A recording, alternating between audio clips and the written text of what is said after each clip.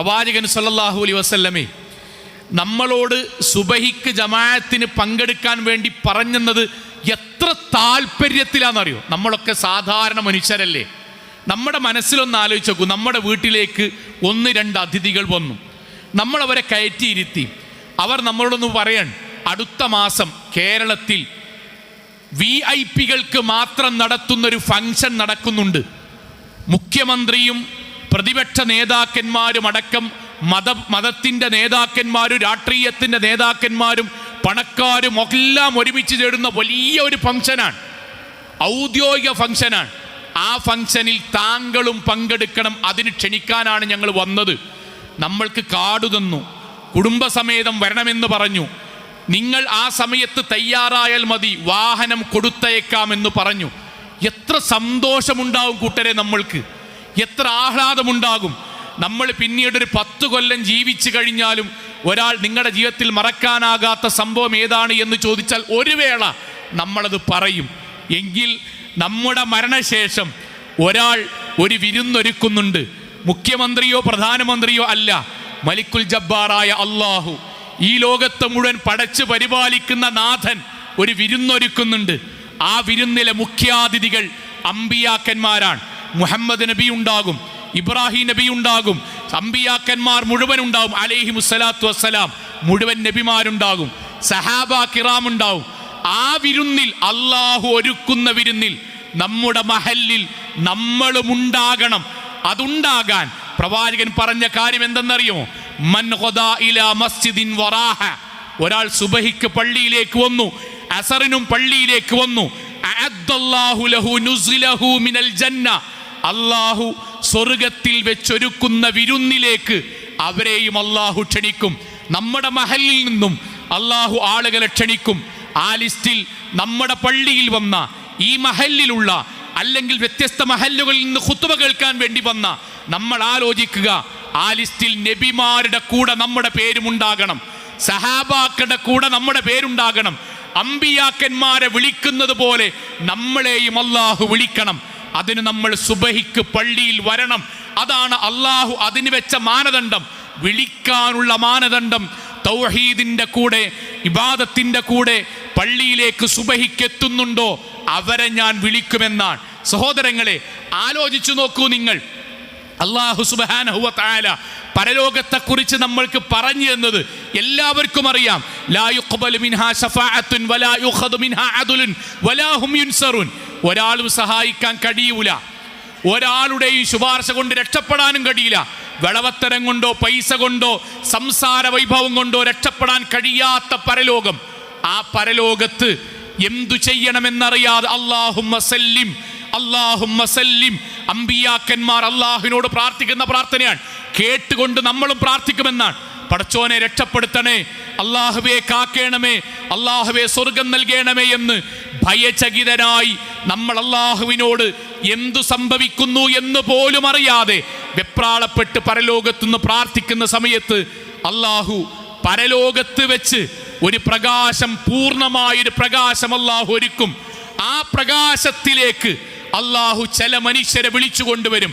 ആ പ്രകാശത്തിലേക്ക് വിളിച്ചു കൊണ്ടുവരുന്നവർ സ്വർഗം ലഭിച്ചവരായി മാറി, നരകത്തിൽ നിന്ന് രക്ഷപ്പെട്ടവരായി മാറി, അള്ളാഹുവിൻ്റെ തൃപ്തിയുള്ളവരായി മാറി.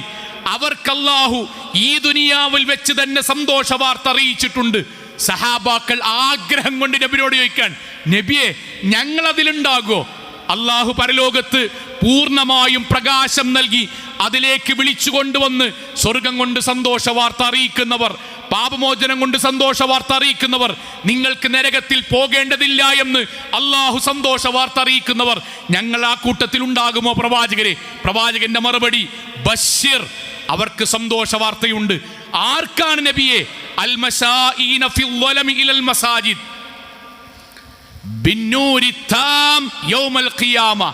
സുബഹിക്ക് ഇരുട്ടത്ത് പള്ളിയിലേക്ക് വരുന്നവന്, അവൻ ഇരുട്ടത്താണ് വന്നത്, അലാറം വെച്ചാണ് വന്നത്, ഉറക്കച്ചടപ്പിൽ നിന്ന് പരലോകത്തെ സ്വർഗം പ്രതീക്ഷിച്ചാണ് വന്നത് എന്നതുകൊണ്ട് ആളുകൾ മുഴുവൻ അന്ധകാര നിബിഡമായ അവസ്ഥയിൽ നിൽക്കുന്ന പരലോകത്ത് അവർക്കാണ് അല്ലാഹു പൂർണ്ണമായ പ്രകാശം നൽകുക. സുബഹിക്ക് വന്നവന് അല്ലാഹു പൂർണ്ണമായ പ്രകാശം നൽകും. അവർക്ക് സന്തോഷ വാർത്തയുണ്ട് എന്നറിയിക്കുന്നു. അതിൽ ഞാനും നിങ്ങളും ഉണ്ടാകണം. നമ്മൾക്ക് നഷ്ടപ്പെട്ടുകൂടാ, നമ്മൾ മുവഹിദുകളാണ്. നമ്മൾക്ക് നഷ്ടപ്പെട്ടുകൂടാ, നമ്മൾ നിസ്കരിക്കുന്നവരാണ്. നമ്മൾക്ക് നഷ്ടപ്പെട്ടുകൂടാ, നമ്മുടെ പിതാക്കന്മാർ തൗഹീദിന് വേണ്ടി ജീവാർപ്പണം നടത്തിയവരാണ്. നമ്മൾക്ക് സ്വർഗവും അള്ളാഹുവിന്റെ പ്രകാശവും നഷ്ടപ്പെട്ടുകൂടാ. യുവാക്കളെ, നമ്മൾക്ക് നഷ്ടപ്പെട്ടുകൂടാ, അത് നമ്മുടെ തീരുമാനമാകണം. കഴിഞ്ഞില്ല സഹോദരങ്ങളെ, നമ്മൾ ആലോചിച്ചു നോക്കൂ. നമ്മൾ അള്ളാഹുവിനോട് നമ്മൾക്ക് സ്വർഗം കിട്ടുവാനും പാപമോചനം കിട്ടുവാനും വേണ്ടി പ്രാർത്ഥിക്കുന്നതോടൊപ്പം തന്നെ നമ്മൾ പലരോടും പ്രാർത്ഥിക്കാൻ വേണ്ടി വസിയ്യത്ത് നേരാറില്ലേ? ഹജ്ജിന് പോകുന്നവരോട്, ഉംറക്ക് പോകുന്നവരോട്, ഉസ്താദുമാരോട്, സ്നേഹിതന്മാരോട്, പള്ളിയിൽ കാണുന്നവരോട് നമ്മൾ പറയും, പ്രാർത്ഥിക്കണടാ, ഇൻഷാ അല്ലാഹ് ഓർമ്മ ഉണ്ടാവാൻ പ്രാർത്ഥിക്കണം. എന്തുകൊണ്ടാ സഹോദരങ്ങളെ? നമ്മൾക്ക് വേണ്ടി പ്രാർത്ഥിക്കുന്നതിനേക്കാളും അള്ളാഹു സ്വീകരിക്കുക നമുക്ക് വേണ്ടി മറ്റുള്ളവർ പ്രാർത്ഥിക്കുന്നതാണ്. എങ്കിൽ അത് പഠിപ്പിച്ച റസൂൽ സല്ലല്ലാഹു അലൈഹി വസല്ലം പറഞ്ഞു, ആ പ്രാർത്ഥനയിൽ ഏറ്റവും കൂടുതൽ അള്ളാഹു സ്വീകരിക്കുന്നത് മലക്കുകളുടെ പ്രാർത്ഥനയാണ്. സഹാബാക്കൾ ചോദിച്ചു, നബിയെ, ഞങ്ങൾക്ക് മനസ്സിലാകുന്ന രൂപത്തിൽ ഒന്ന് പറഞ്ഞു തരുമോ? അതിന് പ്രവാചകൻ പറഞ്ഞ മറുപടി എന്താ അറിയോ? ഒരു മലക്ക് അള്ളാഹുവിനോട് ലോകത്തുള്ള മുഴുവൻ കുറ്റവാളികളുടെയും പാപങ്ങൾ പൊറുക്കാൻ, ലോകത്തുള്ള മുഴുവൻ കുറ്റവാളികളുടെയും പാപം പൊറുക്കാൻ ഒരു മലക്ക് അല്ലാഹുവിനോട് ഒരു തവണ തേടിയാൽ മതി, അത് അല്ലാഹു സ്വീകരിച്ചാൽ മതി. രണ്ടാമത് പ്രാർത്ഥിക്കണ്ട, അത്രയും ശ്രേഷ്ഠമാണ് മലക്കുടെ പ്രാർത്ഥന. എന്നിട്ട് പ്രവാചകൻ സല്ലല്ലാഹു അലൈഹി വസല്ലം പഠിപ്പിച്ചു തരാം നമുക്ക് നമ്മുടെ അമലുകൾ എഴുതുവാൻ. ഒരു ദിവസം 2 തവണകളായിട്ടാണ് അല്ലാഹു മലക്കളെ ഇറക്കുക. സുബഹിയും അസറുമാണ് പരിമിതി. സുബഹി മുതൽ അസർ വരെ, 2ാം ഘട്ടം അസർ മുതൽ സുബഹി വരെ. എന്നിട്ട് പ്രവാചകൻ പഠിപ്പിക്കാൻ, വയജ്തമിഊന ഫീ സ്വലാത്തിൽ ഫജ്രി വസ്സലാത്തിൽ അസർ. ആ 2 മലക്കുകളും സ്വലാത്തു സുബഹിനും സ്വലാത്തുൽ അസറിനുമാണ് കണ്ടുമുട്ടുക. മലക്കുകൾ, നമ്മുടെ അമലുകൾ എഴുതുന്ന മാലാഖമാർ. അവർ തിരിച്ചു വരുമ്പോൾ അള്ളാഹു അവരോട് ചോദിക്കുന്ന ചോദ്യം,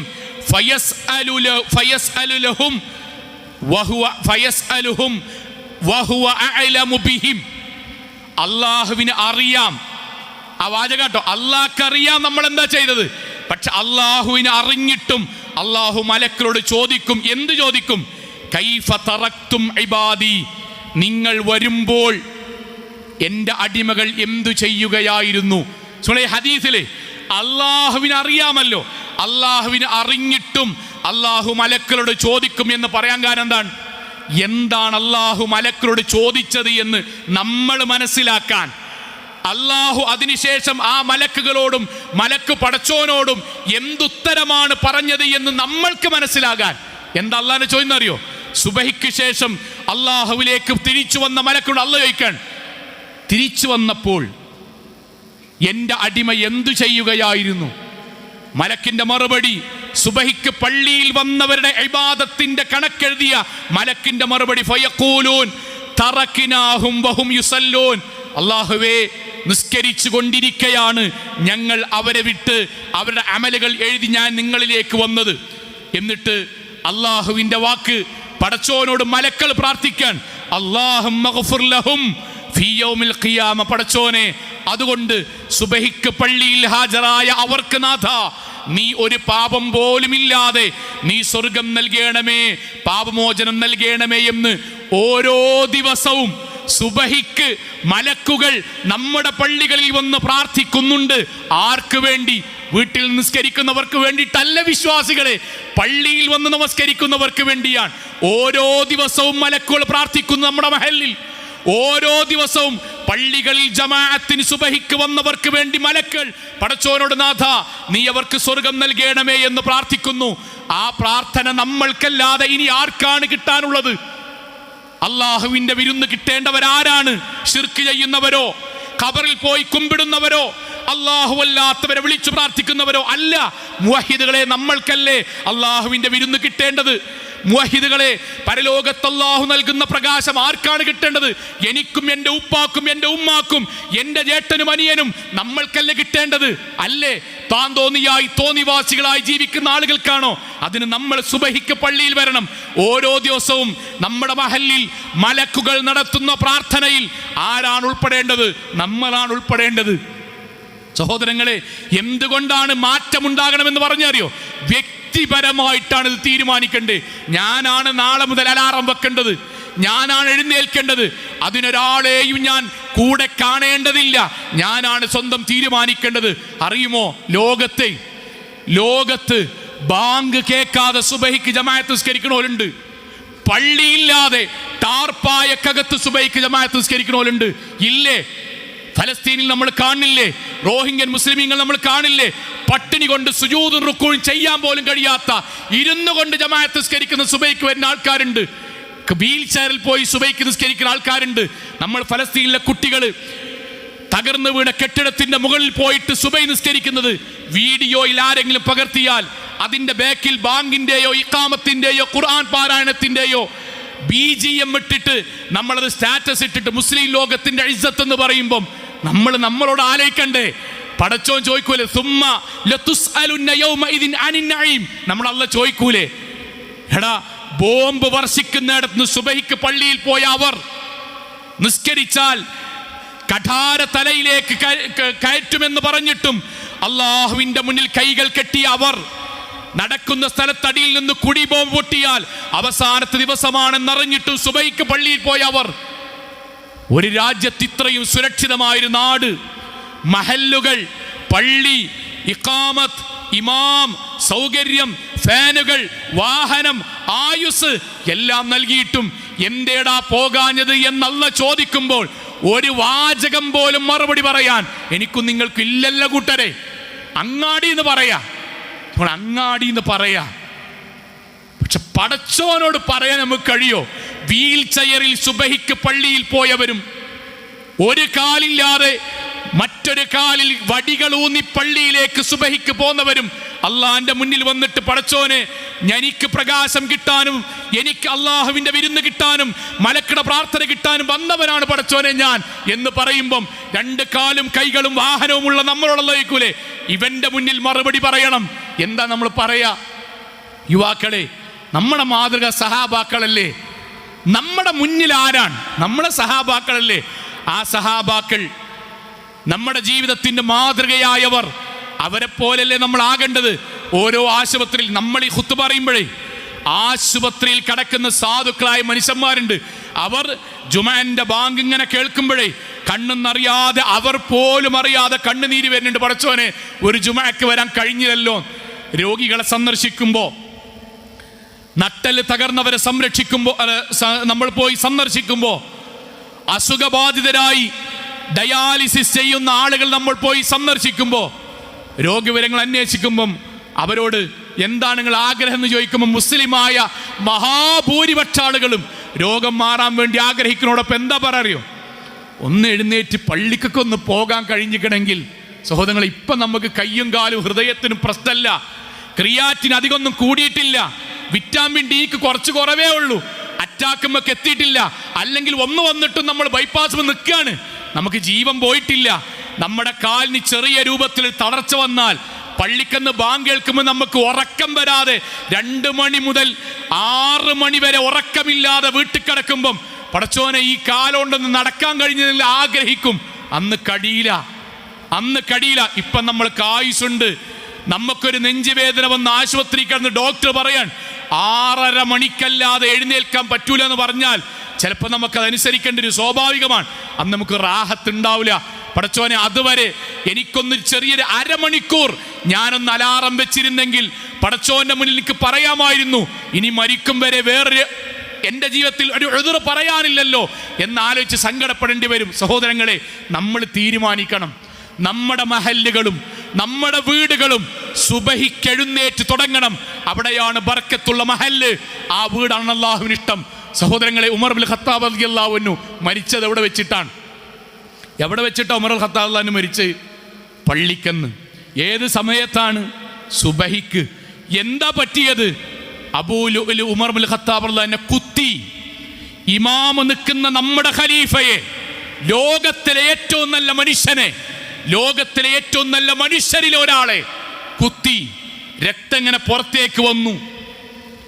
ജീവിതത്തിന്റെ അവസാന സമയത്ത് ബോധക്ഷയുണ്ടായി.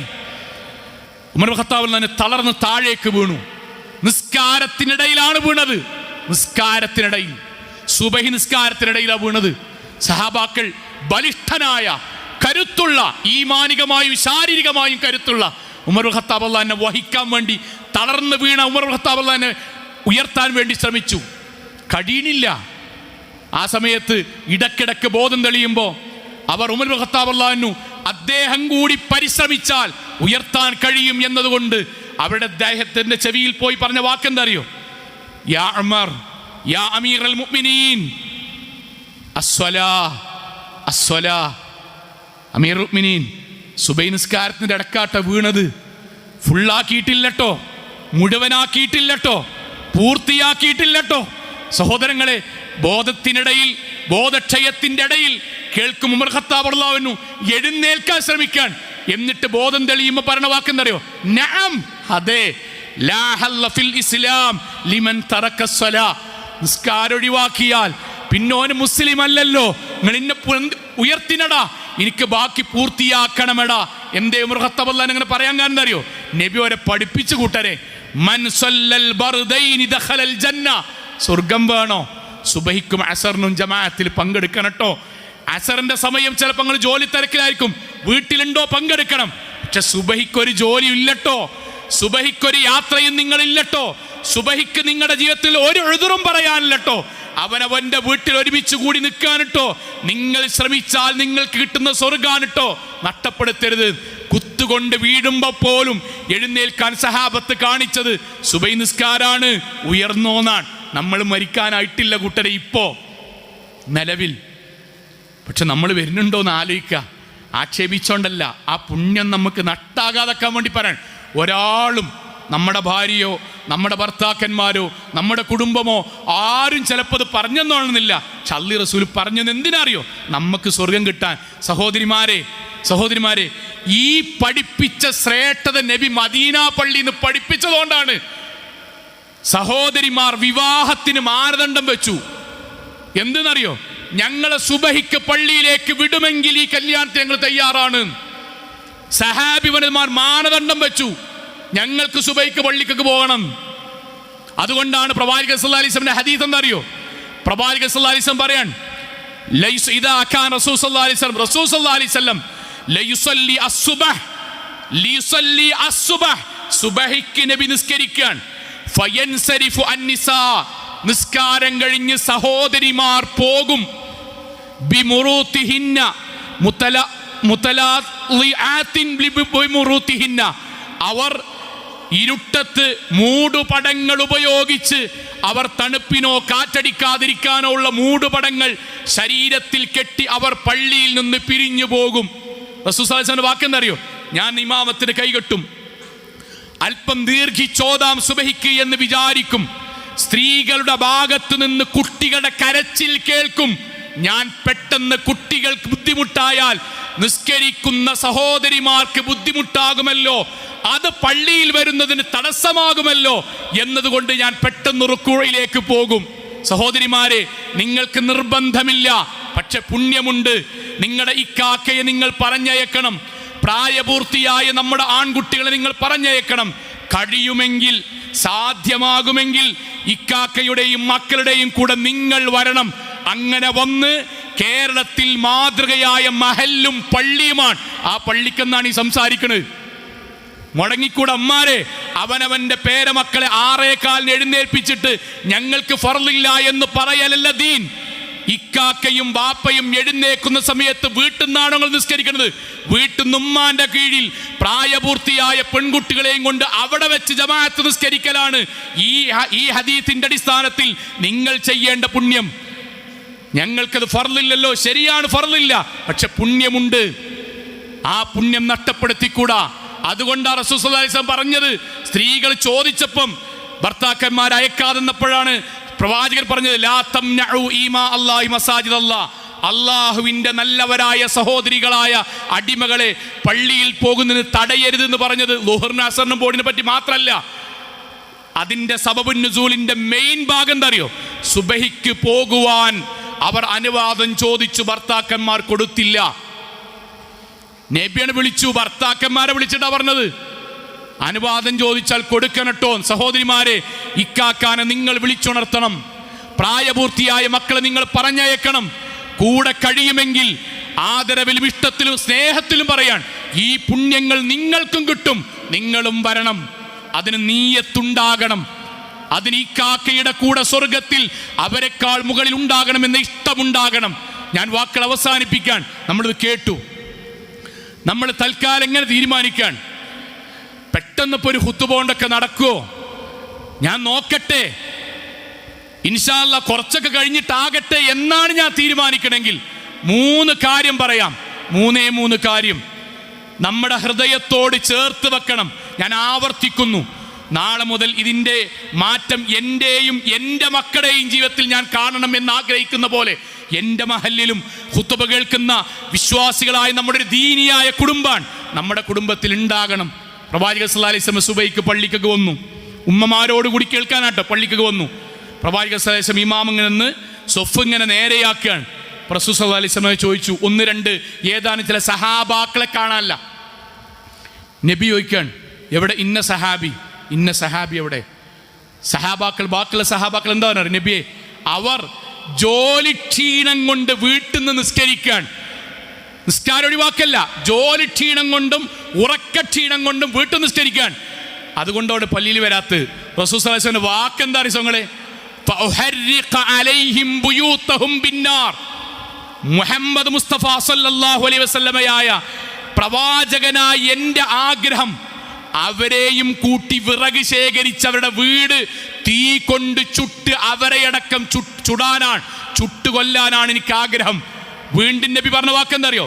ലൗലാ മാ ഫിൽ ബുയൂത്തി മിനൻ നിസാ വദുർരിയ, ആ വീട്ടില് സ്ത്രീകളും കുട്ടികളും ഇല്ലായിരുന്നെങ്കിൽ എൻ്റെ ആഗ്രഹം അവരുടെ വീട് ചുട്ടുകരിക്കാനായിരുന്നു, അവരെയടക്കം. അതിൻ്റെ അർത്ഥം എന്താ? നമ്മളെ മഹല്ലിക്ക് മുഹമ്മദ് മുസ്തഫ സല്ലല്ലാഹു അലൈഹി വസല്ലം വരികയാണെങ്കിൽ നബിക്ക് വിറക് കൂട്ടി കത്തിക്കാൻ മാത്രം ദേശമുള്ള ഇഷ്ടമില്ലാത്തൊരു വീട് എൻ്റെ നിങ്ങളും വീടായി മാറാന്ന് പറഞ്ഞാൽ, ആ വീട്ടിൽ നിന്ന് പിന്നീട് സൗങ്ങളെ ഞാൻ എഴുന്നേറ്റിട്ട് എൻ്റെ കുട്ടിൻ്റെ രോഗം മാറണേ, പടച്ചോനെ എൻ്റെ കുടുംബജീവിതം നന്നാക്കണമേ, അല്ലാഹുവേ എൻ്റെ വരുമാനത്തിൽ ബർക്കത്തുണ്ടാകണേ. നബിക്ക് വിറക് കൂട്ടി കത്തിക്കാൻ മാത്രം ദേശമുള്ളൊരു വീടാണെങ്കിൽ ആ വീട്ടിൽ നിന്ന് പിന്നീട് ഞാൻ പ്രാർത്ഥിച്ചാൽ സോങ്ങളെ എങ്ങനെയാ പടച്ചോ സ്വീകരിക്കുക? ഉമ്മാരെ നിങ്ങളാണ് തീരുമാനിക്കേണ്ടത്, വാപ്പാരെ നമ്മളാ തീരുമാനിക്കേണ്ടത്. എൻ്റെ മഹല്ലിൽ നബിക്ക് വിറക് കൂട്ടി കത്തിക്കാൻ മാത്രം ദേശമുള്ളൊരു വീടായിട്ട് ഞാനൊരു വീട് 4000 സ്ക്വയർ ഫീറ്റ് ഉണ്ടാക്കണ്ട. നബിക്ക് ഏറ്റവും ദേശമുള്ള വീടിന് എന്തിനാണ് ഇത്ര സ്ക്വയർ ഫീറ്റ്? എന്തിനാണ് ആ വീടിൻ്റെ മുന്നിൽ വണ്ടി? എന്തിനാണ് ആ വീട്ടിൽ AC? എന്തിനാണ് വീട്ടിൽ ഭക്ഷണം? നബിക്ക് ഏറ്റവും വെറുത്ത്, അല്ലാഹ്ക്ക് ഏറ്റവും വെറുത്തൊരു വീടായിട്ട് എൻ്റെ വീട് മാറരുത് കൂട്ടരെ, മാറരുത്. ഞാനാണ് ഗൃഹനാഥൻ, നമ്മളാ ഗൃഹനാഥൻ, നമ്മളാ തീരുമാനിക്കേണ്ടത്. എൻ്റെ വീട് അങ്ങനെ ആകാൻ പാടില്ല. നമ്മളോട് പ്രവാചകൻ പറഞ്ഞൊരു വാചകം കൂടി പറയാൻ, നമ്മുടെ ഏറ്റവും വലിയ ശത്രു ആരാണ്? ശൈത്വാനല്ലേ? ഇന്ന ശൈത്വാൻ ലക്കും അദു ഫത്തഖിദുഹു അദുവ.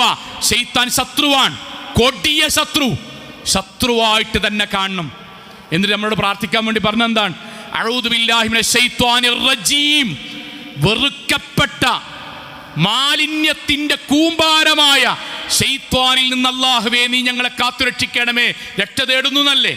ശൈത്വാൻ തന്നെ മോശം അല്ലേ? എങ്കിൽ ശൈത്വാന്റെ മലമൂത്ര വിസർജനമോ? ശൈത്വാൻ തന്നെ മോശം, ശൈത്താന്റെ മലമൂത്ര വിസർജനമോ? അതിനേക്കാളും വൃത്തികെട്ടതും നാറ്റമുള്ളതുമായ ഒരു സാധനം ഈ ലോകത്തുണ്ടാകുമോ?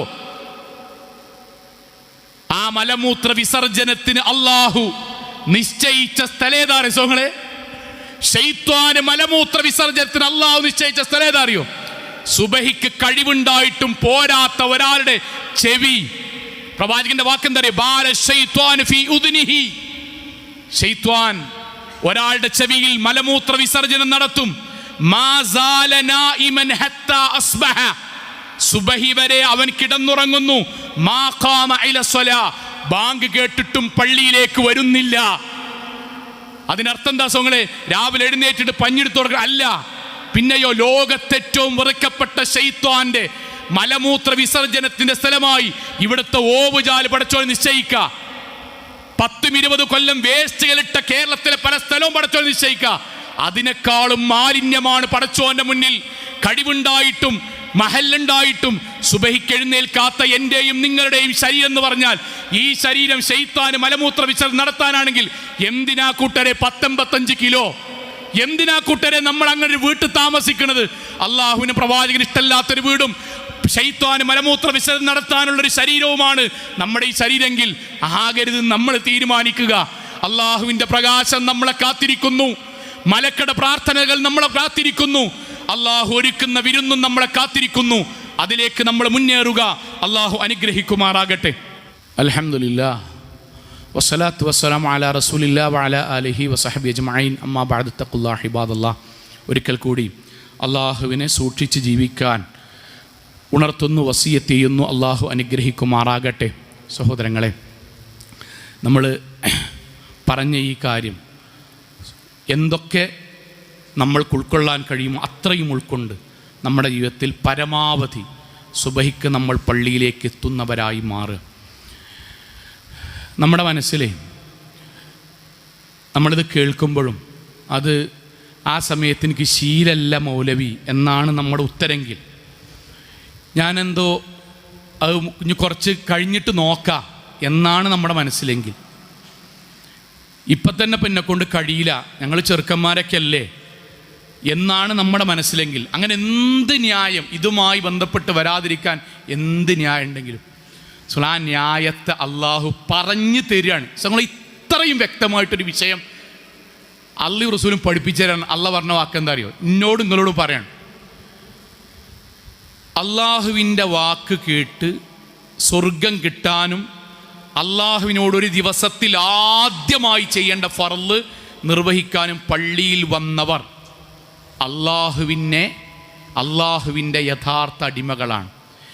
ഇങ്ങനെയൊക്കെ കേട്ടിട്ടും വരാൻ തയ്യാറാകാത്ത ആളുകൾ നേർക്ക് നേരെ നബി പഠിപ്പിക്കാട്ടോ, അവൻ അള്ളാഹുവിൻ്റെ അടിമയായിട്ടല്ല ജീവിക്കണത്, അവൻ ശൈത്താൻ്റെ അടിമയായിട്ട് ജീവിക്കുകയും ആ ജീവിതത്തിൽ തൃപ്തിപ്പെടുകയും അങ്ങനെ നരകത്ത് പോകാൻ തീരുമാനിക്കുകയും ചെയ്തവനാണ്.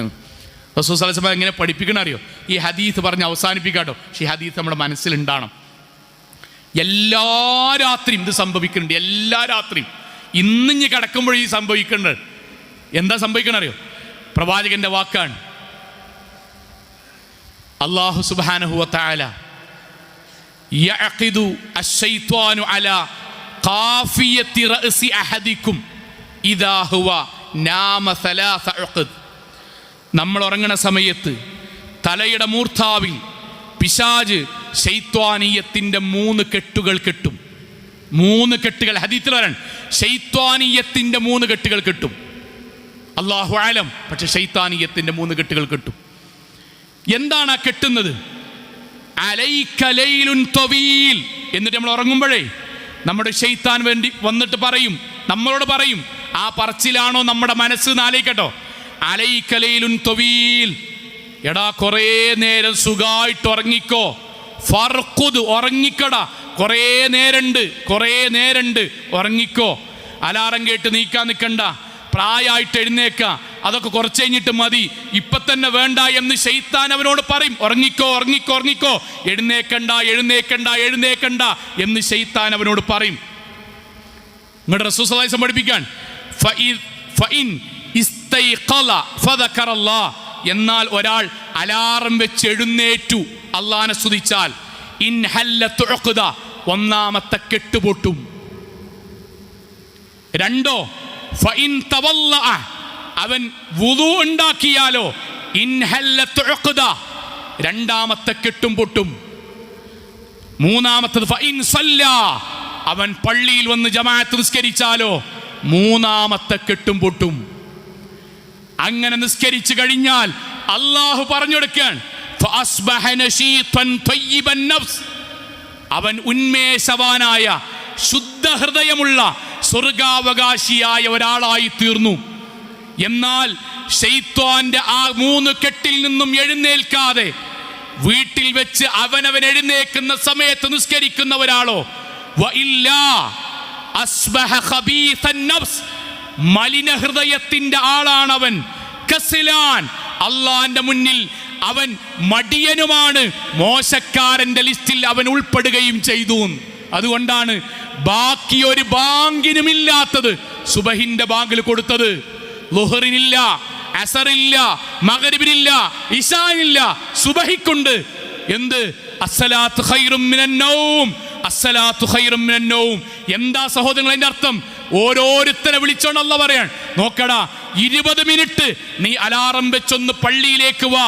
ആ ഉറക്കത്തെക്കാളും നിനക്ക് നല്ലത് 15 മിനിറ്റിന്റെ ആ ജമാഅത്താണ്. കാരണം ഇന്നല്ലെങ്കിൽ നാളെ അറ്റാക്ക് വന്ന്, കൊളസ്ട്രോൾ കൂടി, സ്ട്രോക്ക് വന്ന്, വാഹനാപകടം പറ്റി ഈ നാട്ടിലുള്ള ഖബർസ്ഥാനിൽ ആളുകൾ കൊണ്ടുപോയി ഖബറിൽ വെക്കുമ്പോൾ അവിടെ മലക്കൾ വന്ന് പറയണം, നം കനൗമത്തിൽ അറൂസ്, പുതുമണവാട്ടി ഉറങ്ങുന്നത് പോലെ ഉറങ്ങിക്കോ എന്ന് നമ്മളോട് മലക്കുകൾ ഖബറിൽ നിന്ന് പറയണമെങ്കിൽ 20 മിനിറ്റ് ആ സമയം ദുനിയാവിൽ നിന്ന് ഉറക്കമൊഴിച്ചോ. ഇവിടെ നിന്ന് ഉറക്കമൊഴിക്കുന്നവന് അവിടെ സുഖമായി ഉറങ്ങാം. ഇവിടെ നിന്ന് സുഖമായി ഉറങ്ങുന്നവന് അവിടെ മുതൽ ജീവിതത്തിൽ ഉറക്കമില്ലാത്ത രാത്രികൾ ഉണ്ടാകും. അതിന് നമ്മൾ ജീവിതത്തിൽ തയ്യാറെടുക്കുക, ആത്മാർത്ഥമായി തീരുമാനിക്കുക. നമ്മൾക്ക് വേണ്ടിയാണ് അല്ലാഹു ഇതൊരുക്കിയത്. ആ സ്വർഗവും പാപമോചനവും തിളക്കവും അമ്പിയാക്കന്മാർ കൊടുക്കുന്ന, അല്ലാഹു ഒരുക്കുന്ന ആ സദ്യയിൽ, ആ അല്ലാഹു ഒരുക്കുന്ന ആ മഹനീയമായ വിളംബരത്തിൽ, ആ ആഘോഷത്തിൽ നമ്മൾക്കും പങ്കാളികളാകാൻ കഴിയണം. നമ്മൾ സുബഹിക്ക് കുടുംബസമേതം പ്രായപൂർത്തിയായ മക്കളെയും കൂട്ടി പള്ളിയിലേക്ക് വരണം. അല്ലാഹു അനുഗ്രഹിക്കുമാറാകട്ടെ. നമ്മുടെ ജീവിതത്തിൽ വന്നുപോയി ചെറുതും വലുതുമായ മുഴുവൻ തെറ്റുകുറ്റങ്ങളും റഹ്മാനായ നാഥ നീ ഞങ്ങൾക്ക് വിട്ടുപുറത്ത് മാപ്പാക്കി തരണമേ റഹ്മാനെ. കത്തിയാൾ നരകത്തിൽ നിന്നും കഠിനമായ ശിക്ഷയിൽ നിന്നും അതിശക്തമായ പരലോകത്തിൽ വിചാരണയിൽ നിന്നും നാഥ നീ ഞങ്ങളെല്ലാവരെയും കാത്തുരക്ഷിക്കണമേ റഹ്മാനെ. അല്ലാഹുവേ, നിന്റെ വിളിയാളത്തിന്, നിന്റെ വിളിക്കുത്തരമേകി സുബഹി ജമാഅത്തിന് പള്ളിയിലേക്ക് എത്തിച്ചേരാനുള്ള ഈമാനും തഖ്വയും നാഥ നീ ഞങ്ങൾക്ക് വർദ്ധിപ്പിച്ച് നൽകണമേ റഹ്മാനെ. അല്ലാഹുവേ, പൈശാചികമായ ഒരുപാട് പ്രലോഭനങ്ങൾ ഉണ്ടാകും. ആ പ്രലോഭനങ്ങളെയെല്ലാം അതിജയിക്കാനുള്ള ഈമാനും തഖ്വയും നാഥ നീ ഞങ്ങൾക്ക് പ്രദാനം ചെയ്യണമേ റഹ്മാനെ. അല്ലാഹുവേ, കുടുംബസമേതം അള്ളാഹുവിന് ഇഷ്ടപ്പെട്ട കുടുംബമായി മാറാൻ, പ്രവാചകന് ഇഷ്ടപ്പെട്ട വീടായി മാറാൻ, അള്ളാഹുവിന് ഇഷ്ടപ്പെട്ട ശരീരമായി മാറാൻ നാഥ ഞങ്ങളിൽ നീ ഈമാൻ വർദ്ധിപ്പിക്കണമേ റഹ്മാനെ.